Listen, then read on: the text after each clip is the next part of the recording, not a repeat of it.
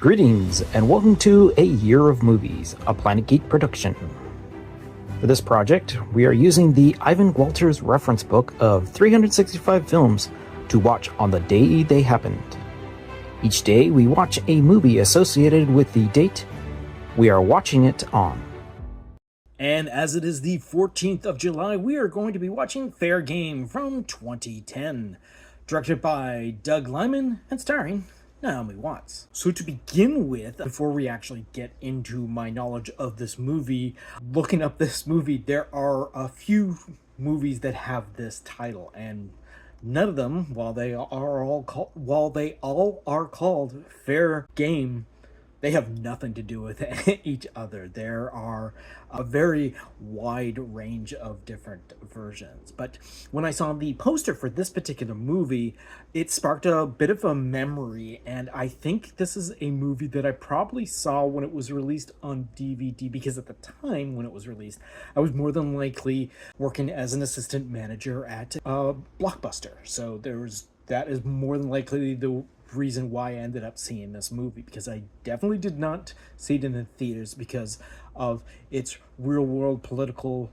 situation that I don't have that much of an interest in to begin with. And like I'd already mentioned, not only does this movie star Naomi Watts, but it also stars Sean Penn, Noah Emmerich, Ty Burrell, Sam Shepard, and Bruce McGill. Wife and mother Valerie Plame, played by Naomi Watts, has a double life as a CIA operative, hiding her vocation from family and friends.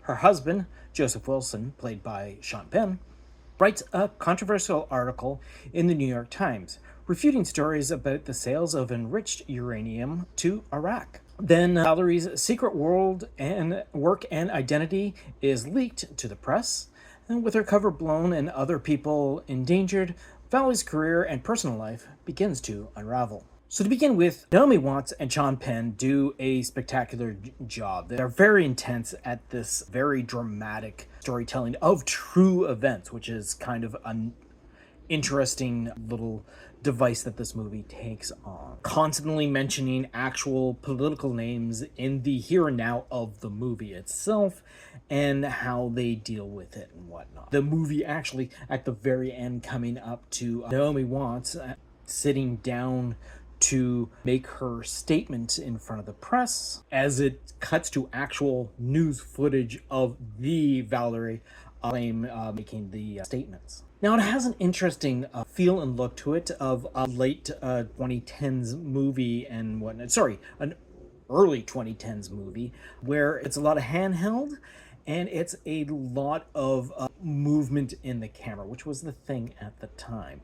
However, there are certain shots within the scene where we are definitely dealing with like a two-person shot, for example, where the camera moves a little thing. But then when we do a close-up of a person, it looks like they've just taken the far back shot and zoomed in, so the tiny little movements look a little more movement, I guess is a way to say it. But yeah, it's an interesting look. It has a very realistic look to it. There's no bright colors, there's no spectacular shots and scenery and all that. While it does go to interesting places within the world, there is no spectacle to this movie, because it's not the spectacle of the movie what it is. It's the dramatic story that plays out with the enriched materials, nuclear weapons, the falsehood put forward by the government and whatnot, and it just snowballs into this actual story. So it's when Vice President Cheney's chief of staff violates the law and leaks Valerie Plame's connection. An article that names her as a CIA agent appears on July 14th, 2003, which is about an hour into this 1 hour and 48-minute movie. And on that note, we're going to wrap up this particular episode and look off to the future to see what we're going to watch for tomorrow, which is going to be the 15th of July, and that is going to be Romeo and Juliet from 1968. So until next time, go see a movie.